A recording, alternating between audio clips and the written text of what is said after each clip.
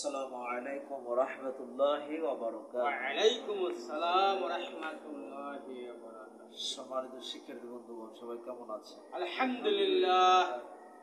আল্লাহ তাআলার শুকরিয়া যে মহান মালিক আমাদেরকে দিনের শুরুতেই কোরআন শিক্ষার দর্শে বসার তৌফিক দান করেছেন। এই জন্য আমরা শুকরিয়া আদায় করে বলি আলহামদুলিল্লাহ।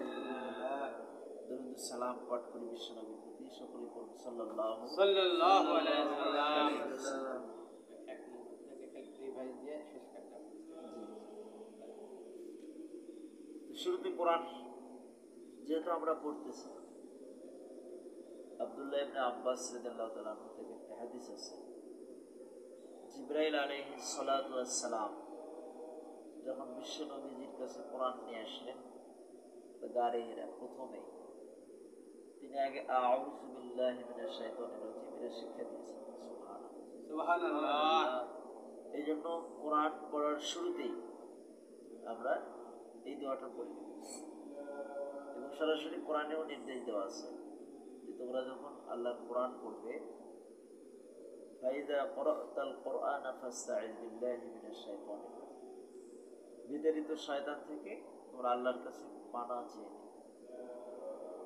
এটা এক নম্বর কাজ। আর দ্বিতীয় নম্বর কাজ হলো বিসমিল্লাহির রহমানির রহিম। কোরআনের প্রায় 114টি সূরা, তাই না? জি। প্রত্যেকটা সূরা শুরু করার আগে কিন্তু আল্লাহ তাআলা বিসমিল্লাহ এটা ব্যবহার করেছেন। একটা সূরাতে কিন্তু নাই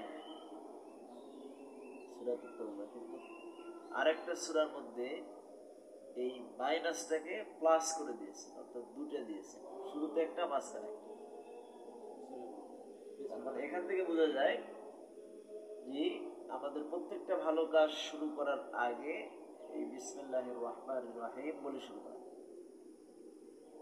একটা হাদিসে আছে যদি খাওয়ার সময়ও বিসমিল্লাহ, বাতি নিভাতেও বিসমিল্লাহ, তরকারি কাটার সময়ও বিসমিল্লাহ, শোয়ার সময়ও বিসমিল্লাহ, মানে যে কোনো ভালো কাজের শুরুতেই কি বিসমিল্লাহির রহমানির রহিম বলা। এই জন্য হাদিসের যত কিতাব দেখবেন সব হাদিসের লেখকেরাও বিসমিল্লাহ এটা ব্যবহার করেছে।